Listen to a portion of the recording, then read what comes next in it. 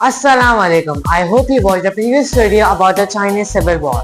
In this video, I'll tell you what happened next, how Mao Zedong ruled China after winning that war, and what he did that changed the country forever. He won the war, he changed the country, and in the process, over 40 million people had died. This is what happened after Mao Zedong won the Chinese Civil War. October 1st, 1949, Mao stood before a massive crowd in Beijing and declared, "The People's Republic of China is born." The Communist Party was now in full control. Chiang Kai-shek had fled to Taiwan. China was no longer a divided land but a single-party state led by Mao.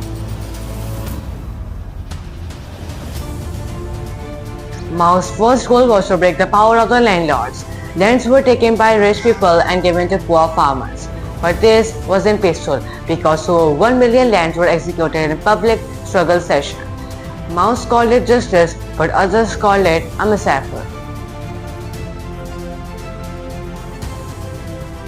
Next came Mao's first five-year plan. He copied the Soviet model, built factories, pushed heavy industries, and nationalized businesses. The cities grew faster, but the countryside was left behind. Still, it looked like that China was growing.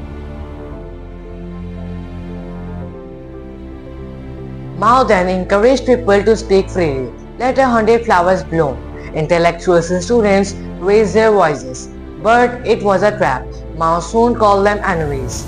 Over 500,000 of people were arrested or silenced. A short spring followed by a long winter.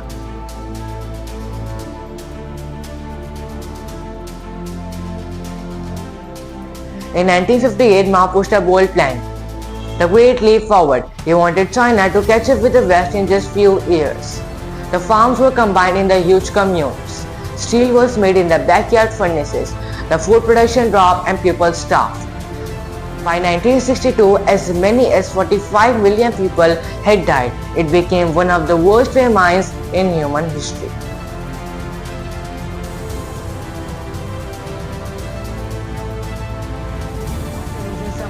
Mao returned with a bang. In 1966, he launched the Cultural Revolution. The students became red guard. They attacked teachers, destroyed ancient books, and turned on anyone who was not seen as loyal enough.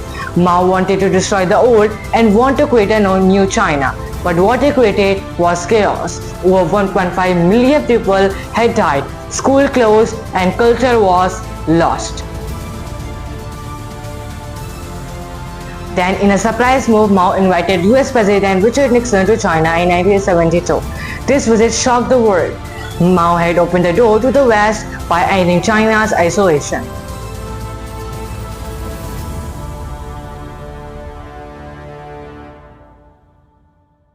China was broken, economically weak, socially divided, and politically unstable. But his legacy lived on. To some, he was a hero who freed China.